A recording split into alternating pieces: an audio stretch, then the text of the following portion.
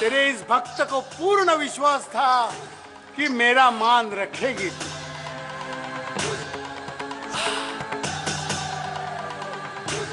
तूने रुद्रभद्र को मायावी शक्ति से तो मालामाल कर ही दिया है, परंतु मुझे संतुष्टि तभी मिलेगी जब तेरी सारी शक्तियां मुझ में प्राप्त हो जाए।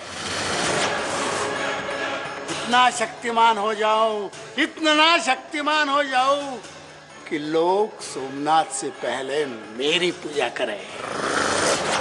किसकी अनुमति से तुम मां भवानी का चढ़ावा वापस लिए जा रहे हो?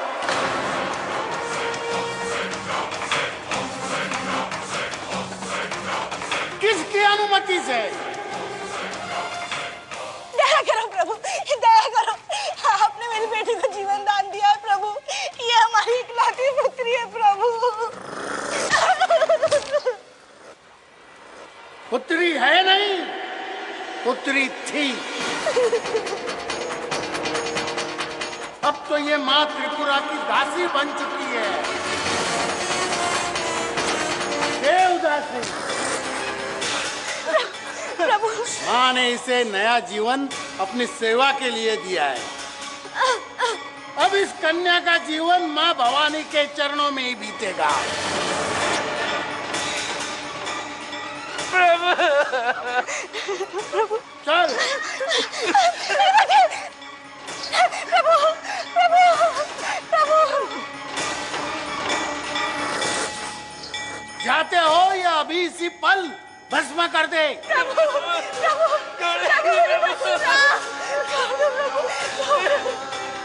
देवदासी पर अत्याचार करने वाले को पकड़कर हम उसे बंदी गृह में डाल देंगे। ऐसा संभव नहीं है चागली। पर क्यों रानी बा? हर राज्य की सीमा होती है चागली, परंतु भरूच की सीमा के भीतर यदि कोई ऐसा घृणित कार्य करे तो आपके काकाश्री उसे अवश्य बंदी गृह में डाल देंगे और कठोर दंड भी देंगे। जय भवानी। माँ त्रिपुर सुंदरी का आदेश हो गया है कि उनके इस भक्त को अपमानित करने वाले अधर्मी दद्दा चालुक्य का अहंकार नष्ट करने के लिए हम भरूच में ही पड़ाव डालेंगे। वो कोई साधारण पुजारी नहीं, हर असंभव को संभव चुटकी में कर देते हैं। तंत्र शास्त्र के प्रकांड पंडित हैं। मारन, मोहन, उच्चाटन, इंद्रजाल और मायावी विद्याओं का उनसे बड़ा ज्ञाता इस संसार में और कोई नहीं। अच्छा, तो क्या वो तुम्हारी जीजाश्री की अपंगता अपनी मायावी शक्तियों से समाप्त कर सकते हैं? हमने कहा ना बेटी, उनके लिए कुछ भी असंभव नहीं। हे भगवान, हमारे पति की अपंगता समाप्त हो जाए तो उन्हें भरूच का राजा बनने से कोई नहीं रोक सकता। तब उस 5 गायत्री की बजाय मैं महारानी के सिंहासन पर बैठूंगी। तुरंत भरूच जा और हमारे अनुष्ठान के लिए उचित जगह ढूंढ। और सुन, ऐसा ग्राम ढूंढ जहाँ कुंवारी कन्याएं अधिक से अधिक हो।